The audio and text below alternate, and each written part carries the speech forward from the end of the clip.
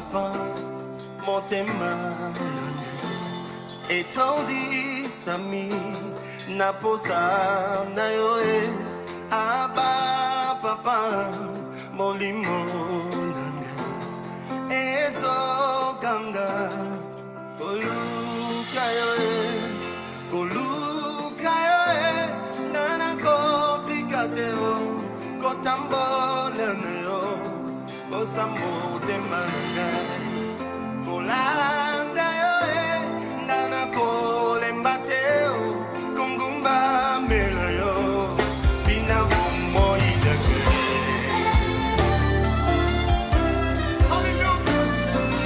Bien-aimés, nous voulons remercier le Seigneur qui a permis que nous puissions être là encore pour continuer ce que nous avons commencé le mardi passé, qui est très important pour la vie de l'Église et les responsabilités que Dieu lui-même a révélées dans sa parole concernant les fidèles et les ministres de Dieu. La question que nous sommes en train de poser, est-ce que nous sommes vraiment en train de servir Dieu conformément à ce que lui-même nous recommande par sa parole? C'est un problème de conscience, bien-aimés. Un chrétien ne va pas à l'église pour aller, il va pour accomplir ce que Dieu attend de lui, parce qu'il le sait, parce qu'il a la connaissance de ce que Dieu attend de lui. C'est pour cela qu'il va à l'église, pour rendre service, pour que le nom du Seigneur soit glorifié. De même, les ministres de Dieu que nous sommes, nous devons avoir la connaissance de ce que Dieu attend de nous, de ce que Dieu veut que nous puissions accomplir au sein de son Église, du fait qu'il nous a donné ce mandat d'être pasteur apôtre. Nous devons avoir la connaissance. Parce que sans la connaissance, il nous est impossible de donner au peuple ce que le Seigneur a prescrit pour le salut. Ça serait impossible. C'est ainsi que nous avons dit que le Seigneur dit « Mon peuple périt parce qu'il lui manque la connaissance ». Mais on ne cherche pas. Ce que nous cherchons, comme je l'ai dit, nous voulons nous servir de Dieu pour que Dieu puisse satisfaire nos besoins charnels, tout en oubliant ce que le Seigneur lui-même a déclaré dans sa parole. « Mes voix ne sont pas vos voix, mes pensées ne sont pas vos pensées ». On est en train de développer la responsabilité des Éphésiens 4, le travail que nous devons faire au sein de l'Église du Seigneur Jésus. Ce n'est pas un travail qui vient par rapport à notre imagination, mais Dieu l'a déjà établi dans sa parole. C'est à nous de la mettre en pratique. Comme Jésus disait, ne vous bornez pas à écouter, mais mettez en pratique. Il a dit dans le livre de Jacques. Nous sommes appelés à faire exactement ce que Dieu attend de nous, bien-aimés. On est appelé à agir conformément à ce que le Seigneur attend de nous, tel qu'il l'a révélé dans sa parole. Il faut que notre corps, notre âme, notre esprit soient conformes à ce que le Seigneur a révélé dans sa parole. Parce qu'on sert Dieu avec le cœur. Si mon cœur ne croit pas à la vérité de l'évangile, si mon cœur n'a pas la connaissance de la volonté de Dieu, comment je peux prétendre servir ce Dieu? Comment? Au moins que j'aille faire des aventures à l'église. C'est une question de vie. Si je n'ai pas compris pourquoi Dieu m'a établi pasteur, si je n'ai pas compris pourquoi Dieu m'a établi apôtre, si je n'ai pas compris pourquoi Dieu m'a établi prophète, docteur et évangéliste, pourquoi Dieu m'a donné ce mandat, quelles sont des missions qui sont liées au mandat que Dieu m'a donné étant que serviteur de Dieu? Si je ne comprends pas ce que Jésus a prescrit pour que je puisse l'enseigner au peuple de Dieu, je serai moi-même un problème pour ce peuple, pour les amener à l'égarement. Pensant servir Dieu sans me rendre compte que tout ce que je fais n'est pas conforme à sa volonté. Rappelez-vous de Nicodème, un docteur de la loi qui prétendait enseigner la vérité sans la vérité. Le jour où il est parti rencontrer le Seigneur Jésus-Christ, Dieu l'a mis devant l'évidence pour lui montrer que tout ce que tu enseignes n'est pas conforme à ce que lui le Seigneur Jésus a prescrit.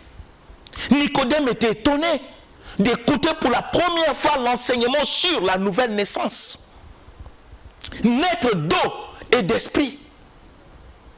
Il a posé des questions, mais il est docteur de la loi. N'oubliez pas ça, bien-aimé. C'est un enseignant. Ça veut dire derrière lui, il y a une foule qui le suit, qui l'écoute. Mais est-ce que ce qu'ils écoutent, c'est ça ce que le Seigneur a prescrit? Parce que le salut est dans ce que Jésus a prescrit et non dans les philosophies. Nicodème était étonné. Et il posa la question à Jésus, comment cela peut se faire? Et nous connaissons la réponse de Jésus. Qu'est-ce que Jésus a dit? Tu es docteur de la loi, tu ne connais pas ces choses. Il est docteur de la loi. Jésus lui fait remarquer, comment tu peux prétendre être docteur de la loi et ne pas connaître ces choses qui concernent le royaume de Dieu? Si Nicodème ne connaît pas, mais il se dit ministre, qu'est-ce qu'il enseigne? Et le Seigneur Jésus a dit, nous parlons de ce que nous connaissons. Nous parlons de ce que nous connaissons. Un ministre de Dieu ne peut pas enseigner ce qu'il ne connaît pas.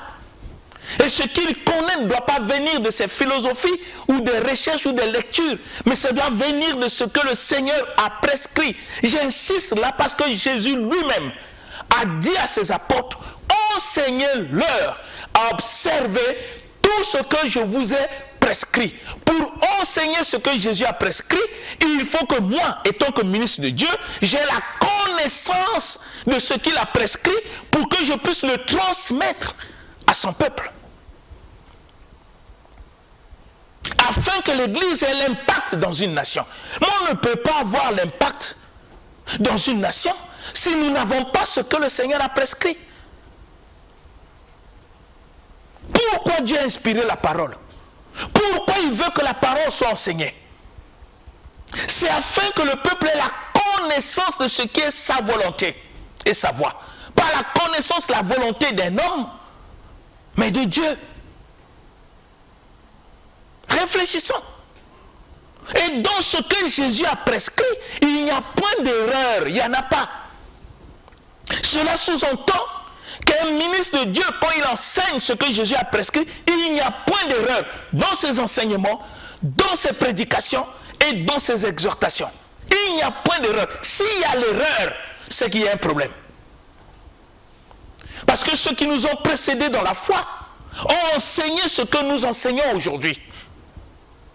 Mais ils ont parlé de quelque chose de très important que nous avons vu. J'aimerais que nous puissions relire le passage de Thessaloniciens. Bien-aimés, lisons un peu le livre de Thessaloniciens pour comprendre ceux qui nous ont précédés dans la foi. Qu'est-ce qu'ils ont dit par rapport à ce qu'ils ont enseigné comme prédication, enseignement, exhortation. Et tout dépend des versions que nous avons. Il y a des versions qui parlent d'enseignement, il y a des versions qui parlent de prédication, il y a des versions qui parlent de l'exhortation. Que cela ne tienne. Ce qui doit être enseigné, que ce soit l'exhortation, prédication, enseignement, doit être ce que le Seigneur a prescrit. C'est ça ce qui est important. Je peux exhorter, tout ce que je fais dans l'exhortation, c'est transmettre ce que le Seigneur a prescrit. Tout ce que je fais dans la prédication, c'est transmettre ce que le Seigneur a prescrit. Tout ce que je fais dans l'enseignement, c'est transmettre ce que le Seigneur a prescrit. Et il faut que je sois sûr que ce que je suis en train d'enseigner, d'exhorter, de prêcher, est exactement ce que le Seigneur a prescrit. Et dans ce que le Seigneur a prescrit, il n'y a pas d'erreur. Ça, c'est l'évangile.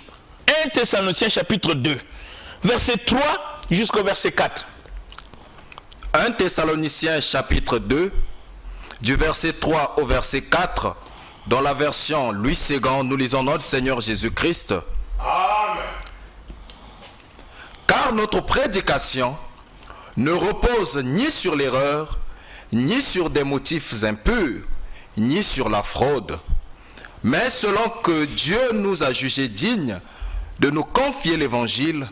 Ainsi, nous parlons, non comme pour plaire à des hommes, mais pour plaire à Dieu qui sonde nos cœurs. Amen. Amen. Il parle pour plaire à Dieu, qui sonde les cœurs. Dieu voit les motivations qui sont au fond du cœur quand un ministre de Dieu parle, quand il prêche, quand il enseigne, quand il organise les conférences, les séminaires. Ce qui compte devant Dieu, c'est les motivations qui sont au fond du cœur. Parce que on peut faire aussi de l'évangile un moyen de s'enrichir. Ça, c'est des motivations impures. Comme le Seigneur nous révèle dans la parole. Ici, l'apôtre dit clairement, notre prédication ne se repose pas sur l'erreur.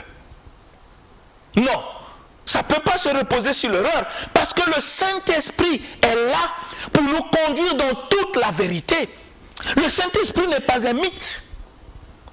Sa mission, c'est de conduire chaque serviteur, chaque fidèle dans toute la vérité. Et quand nous n'avons pas la connaissance des choses, le Saint-Esprit aussi a mandat de nous enseigner toutes choses. Donc il ne peut pas avoir l'erreur. Parce que c'est déjà prescrit. Quand je transmets le message du messager qui est Jésus, parce qu'il a prescrit, je le transmets fidèlement tel que c'est écrit. Mais il ne peut pas avoir l'erreur. Au moins que j'ajoute mes pensées. J'ajoute mes philosophies. Mais si je suis fidèle et je le transmets fidèlement, l'erreur viendra d'où? Parce que je fais que dire exactement ce que le Seigneur a dit, ce que le Seigneur a demandé. Je n'ajoute pas, je ne retranche pas. L'erreur viendra d'où? Et la Bible montre que quand un Éphésien prêche, il enseigne, il ne le fait pas, bien aimé, par des motifs impurs. C'est l'état de cœur. Pourquoi j'enseigne? Pourquoi je prêche?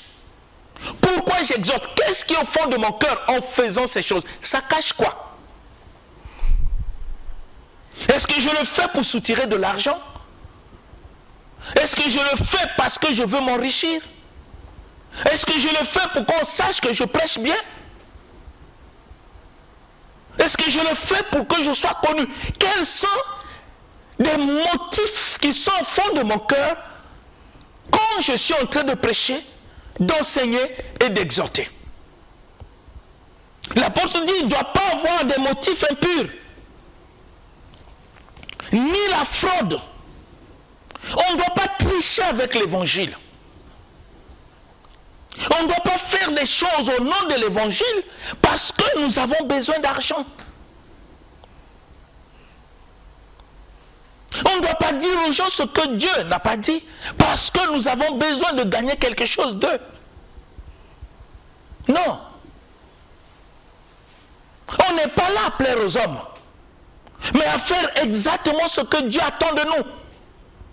Donner aux hommes, à des filles, à des sœurs, à des frères, la parole pour leur salut, leur montrer le Seigneur Jésus-Christ, leur montrer ce que Jésus attend d'eux, en toute simplicité, avec un cœur désintéressé, un cœur qui ne cherche pas des intérêts,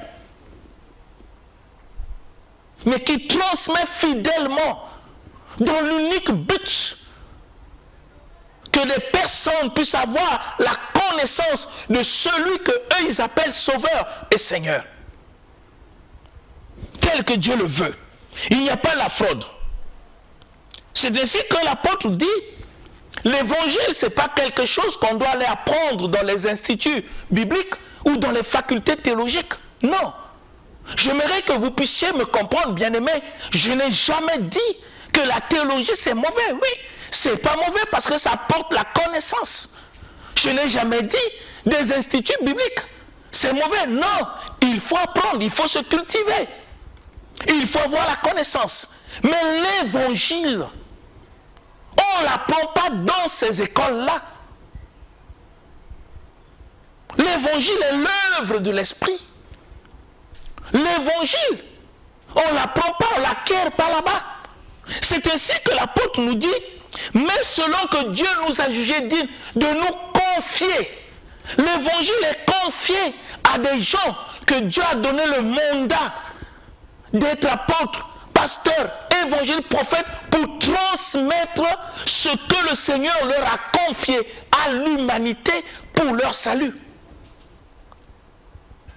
Donc on ne peut pas trouver l'évangile dans les instituts bibliques ou dans les facultés de théologie. Non. C'est pas mauvais de faire la théologie. C'est pas mauvais de faire. Mais comprenez que l'évangile, il faut que Dieu puisse te confier. C'est ainsi. L'erreur qui est rentrée dans l'église, quelqu'un qui a fait la théologie, parce qu'il a un doctorat en théologie, une licence en théologie, immédiatement, ipso facto, on l'établit pasteur. On n'établit pas quelqu'un pasteur dans l'église parce qu'il a fait l'institut biblique ou parce qu'il a fait la théologie, bien aimé. C'est l'erreur grave. Pour prêcher l'évangile, il faut que le Seigneur, le propriétaire de l'évangile, le messager lui-même de l'évangile, puisse te transmettre, puisse te confier cela. C'est ainsi qu'en nous lisant le livre d'Éphésiens, qu'est-ce qui est dit? Il a donné les uns comme. C'est une conjonction de comparaison. Donc il y a le véritable. C'est une portion du ministère de Jésus qui nous confie pour que nous puissions faire le relais fidèlement en transmettant au peuple. Non nos pensées, non notre sagesse, non notre intelligence, mais ce que lui l'a prescrit. Il nous a confié cela pour que nous puissions le confier aussi à d'autres. C'est ainsi que l'apôtre Paul insistait à son fils Timothée. Ce que je t'ai enseigné, enseigne à des gens fidèles. N'enseigne pas autre chose. N'enseigne pas tes philosophies. N'enseigne pas ce que tu as appris. Enseigne exactement ce que je t'ai transmis. Parce que l'apôtre précise, ce qu'il a transmis, c'est le Seigneur qui lui a confié cela. Il ne parle pas pour plaire aux hommes, mais à Dieu. Il a la responsabilité devant Dieu qui sent de son cœur. Il voit l'attitude, il voit les motivations, la manière dont il transmet l'évangile. Est-ce qu'il le fait pour des intérêts personnels? Est-ce qu'il le fait pour chercher la gloire des hommes? Est-ce qu'il le fait pour être connu? Ou le fait pour le souci du salut de l'humanité tel que le Seigneur attend de lui? Vous comprenez? C'est une responsabilité. L'état de nos églises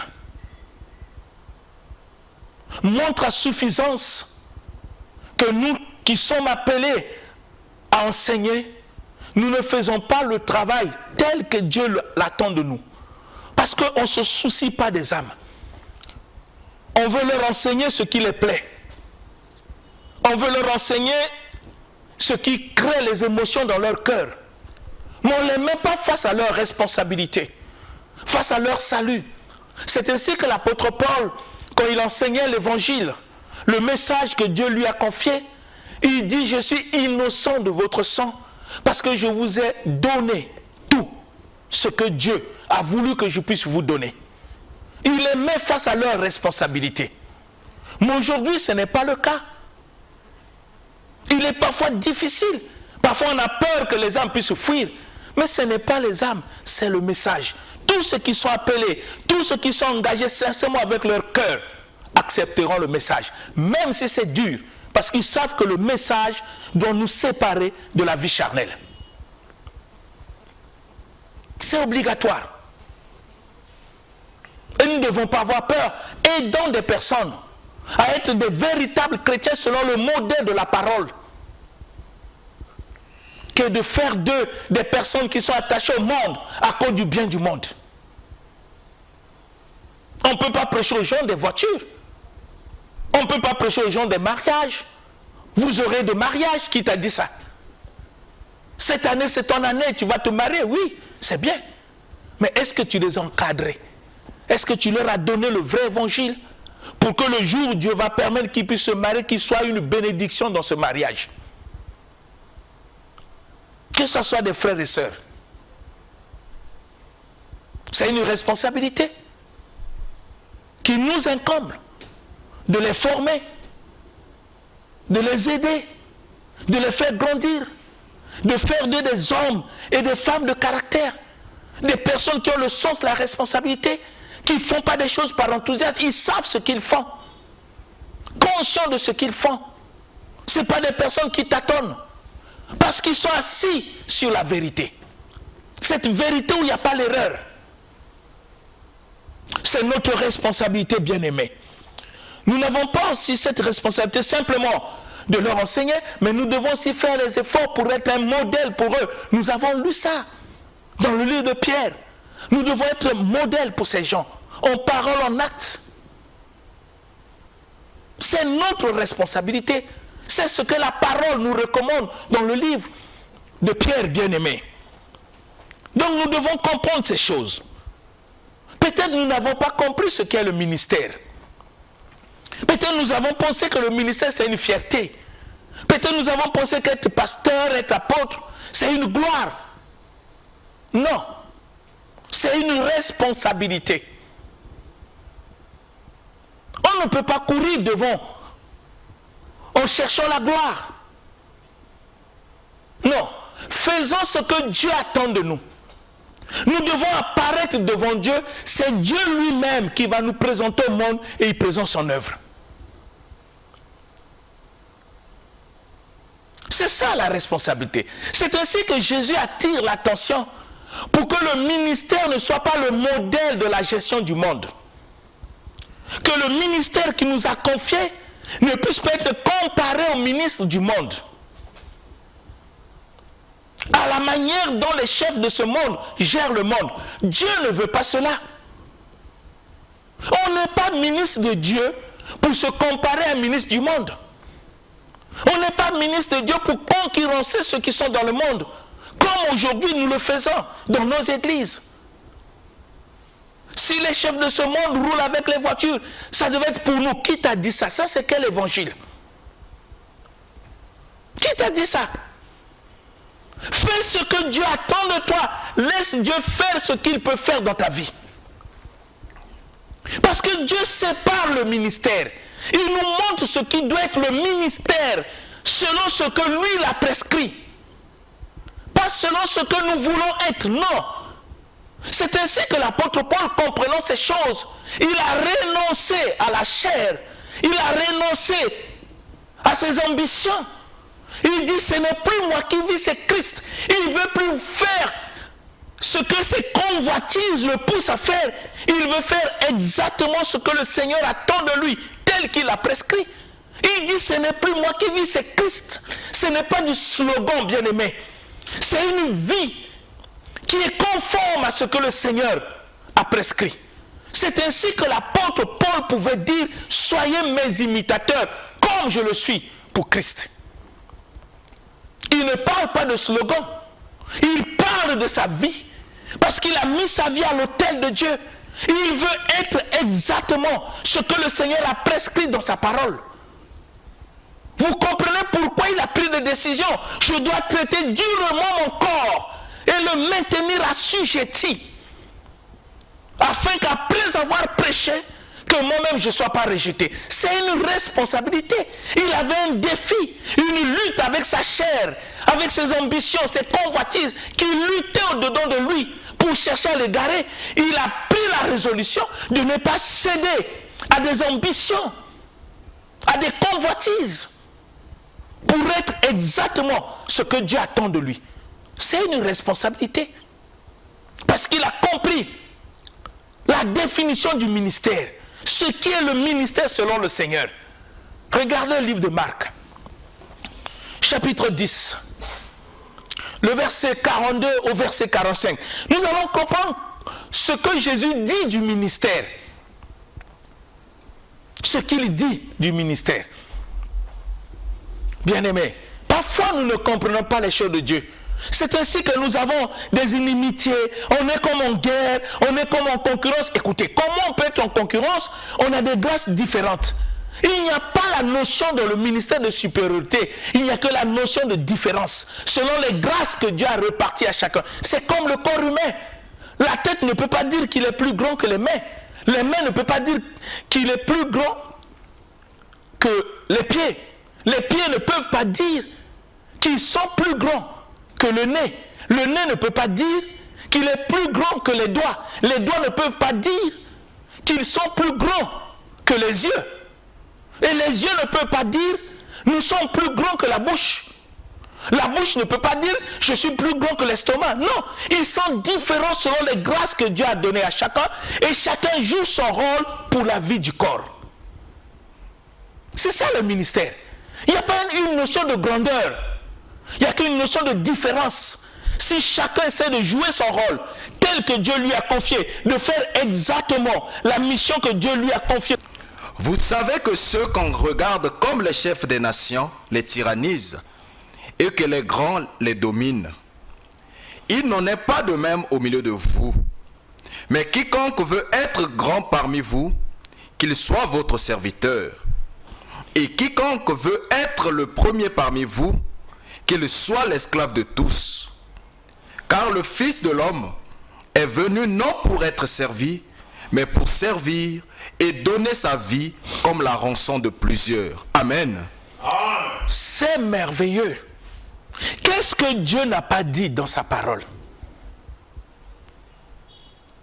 Est-ce que c'est ça ce que nous faisons? Vous comprenez, parfois, nous-mêmes, nous sommes des gens qui introduisent le désordre dans l'église. Parce qu'on n'arrive pas à faire exactement ce que Dieu attend de nous. Parce que nous avons pensé qu'être ministre, c'est être patron. Mais Dieu dit le contraire. Il compare le monde. Le Seigneur dit, vous savez que ceux qu'on regarde comme les chefs dans le monde, comme les chefs des nations, ils voient comment le monde est dirigé. Quelqu'un peut être DG, directeur, ministre, chef de l'État. Il voit, il sait comment ça se passe. Il dit les tyrannies, ça dit qu'ils pèsent parfois sur le peuple, sur ceux qui leur sont déchus, leur poids du pouvoir. Ils cherchent la gloire. Ils cherchent à être honorés. Ils cherchent, oui. Même dans le Seigneur dit il faut honorer ceux qui travaillent bien. Il y a une récompense. Mais le ministère n'est pas de chercher tout le temps à être honoré. Ça vient, c'est le fruit du travail qui fera que Dieu puisse nous honorer. Il dit ces gens-là dominent. Ils dominent sur les gens. Ils font peser leur poids de l'autorité. Et lieu qu'il y ait une relation du respect, mais c'est une relation de peur. Et Jésus dit d'une manière claire, il n'en est pas ainsi au milieu de vous. Voilà le ministère. Il n'en est pas ainsi. Nous ne devons pas avoir dans notre cœur cet esprit de dominer. Non. De montrer qu'on est grand. De piétiner les autres. Non. Il n'en est pas ainsi au milieu de nous. Et le Seigneur dit, il n'en est pas ainsi au milieu de vous. Mais, quiconque veut être grand parmi vous, on veut être grand, la grandeur. Jésus dit, quiconque veut être grand, tu veux être grand pour que tu sois honoré, pour que tu sois respecté. C'est simple. Jésus dit, celui qui veut être grand parmi vous, qu'il soit votre serviteur. Apprends à servir les autres. Devant Dieu, ça fera de toi un homme grand. Le ministère, c'est de servir. Nous l'avons vu dans le livre d'Éphésiens, notre mission, c'est d'amener les gens à la perfection. C'est le servir. Nous servons les âmes que Dieu envoie dans son Église. Nous sommes à leur disposition pour leur montrer, pour leur enseigner, jusqu'à ce qu'ils vont atteindre la perfection. Nous servons. Et c'est ça ce qui fait de nous grands. C'est ce que dit la parole. Et ces âmes à notre égard doivent respect, obéissance et soumission. Ce n'est pas parce que nous leur exigeons, mais parce que le Seigneur qui les a appelés les exige à avoir cette attitude du cœur à l'égard de nous, les ministres de Dieu, qui les servons. C'est ce que la parole dit. Nous ne devons pas courir pour chercher une gloire passagère, une gloire éphémère. Non, faisons exactement ce que Dieu attend de nous. On veut être grand, devenons serviteurs. N'imitons pas la gestion du chef tel que ça se passe dans le monde. Ne copions pas ce que nous voyons dans le monde pour l'introduire à l'église.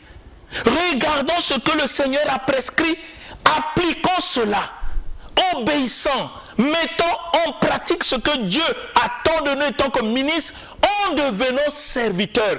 Nous avons lu un passage dans le livre de Luc. Bien-aimés, on a lu un passage. Le souci qu'avait le vigneron pour aider le figuier qui ne produisait pas les fruits. Il a prié, il a intercédé pour dire, Seigneur, non, je ne veux pas que tu le détruis. Laisse-moi faire le travail. Ça, c'est un ministre de Dieu. Il est au service des âmes. Il les aide, il les comprend, il les oriente, il leur donne des conseils. L'unique souci, qu'ils deviennent mûrs. Malheur à l'âme ou au fidèle qui ne va pas s'en tenir, qui ne va pas obéir. Malheur à lui. Parce que celui qui va le juger, ce n'est pas le pasteur, ce n'est pas l'apôtre, c'est le Seigneur. Mais au moins, le pasteur, l'apôtre, l'évangile, le docteur ont fait leur travail pour aider celui-là à grandir. S'il ne veut pas, il assumera ses propres responsabilités. C'est ainsi que le Seigneur dit, celui qui a enseigné n'a plus d'excuses. S'il ne met pas en pratique ce que l'on lui a enseigné. C'est la responsabilité. Et le Seigneur va plus loin, il dit, quiconque veut être le premier parmi vous, qu'il soit l'esclave. Nous connaissons la notion de l'esclave, nous comprenons ce que le Seigneur veut dire par là. C'est ça le ministère, bien-aimé. C'est le ministère. Mais ce n'est pas ce que nous faisons. Ça fait que nous avons des problèmes. Ça fait que nous avons des inimitiés parce que nous luttons. Nous nous combattons les uns les autres. Nous nous critiquons les uns les autres.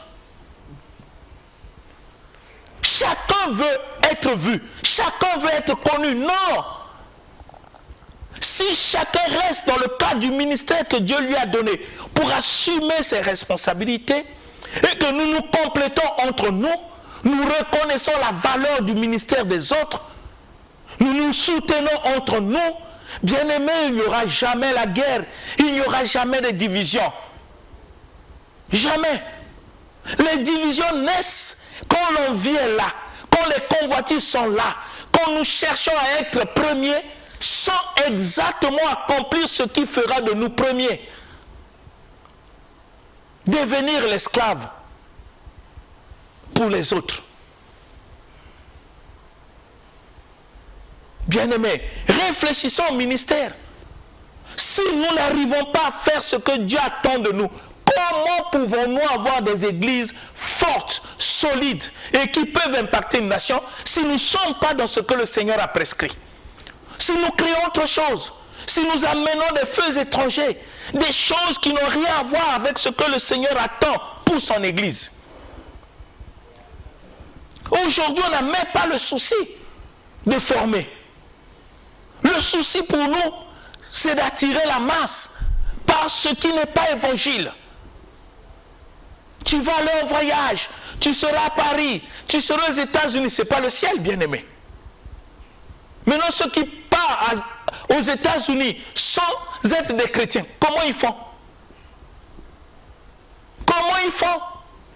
Est-ce que ça, c'est l'évangile? Si Dieu veut que tu ailles aux États-Unis, tu iras. Si le Seigneur veut que tu aies le visa, tu iras. Mais ce n'est pas ça l'évangile. Mettons chacun face à ses responsabilités. C'est ainsi que Jésus avait insisté, ne vous bornez pas à écouter. On ne vient pas à l'église simplement pour écouter l'évangile, mais on écoute pour la mettre en pratique. C'est une responsabilité. Mais il faut que ce qu'on écoute soit réellement l'évangile, tel que Dieu l'a prescrit. Parce que tout ce qui est prêché au nom de Dieu n'est pas l'évangile. Réfléchissons à cela, bien-aimés, pour que chacun assume la responsabilité. Nous allons lire le livre de 2 Timothée, chapitre 2, versets 15 à 16, pour que nous comprenions ce que le Seigneur attend de nous. 2 Timothée, chapitre 2, versets 15 à 16. 2 Timothée, chapitre 2, du verset 15 au verset 16, nous lisons notre Seigneur Jésus-Christ. Amen. Efforce-toi de te présenter devant Dieu comme un homme éprouvé, un ouvrier qui n'a point à rougir, qui dispense droitement la parole de la vérité. Évite les discours vains et profanes, car ceux qui les tiennent avanceront toujours plus dans l'impiété, et leur parole rongera comme la gangrène. Amen. C'est des conseils. Nous allons revenir sur ça pour que nous comprenions notre responsabilité. On dit à Timothée, il doit dispenser la parole, prêcher la parole droitement. Quelle parole? La parole de la vérité, l'évangile. En évitant tout ce qui est contraire à l'évangile, qui peut créer des inimitiés, qui peut amener les autres dans l'égarement. C'est une responsabilité. Et c'est ce que nous devons faire pour la gloire du Seigneur. Bien-aimés, nous nous interpellons tous. Et moi qui prêche, et moi qui enseigne, et nous tous, nous devons prendre conscience de ce que Dieu attend de nous. Pour que nous puissions conduire l'Église de Dieu, montrer au peuple ce que Dieu attend de nous, du peuple et nous-mêmes les serviteurs, afin de faire exactement ce que le Seigneur a prescrit. Alors il y aura de l'impact. Alors le Saint-Esprit agira d'une manière que nous n'avons jamais vue. Mais parce que nous avons introduit et ajouté à l'Église ce qui n'est pas l'Évangile, c'est ainsi que l'Église semble comme boiteux. Je parle de l'Église locale, auquel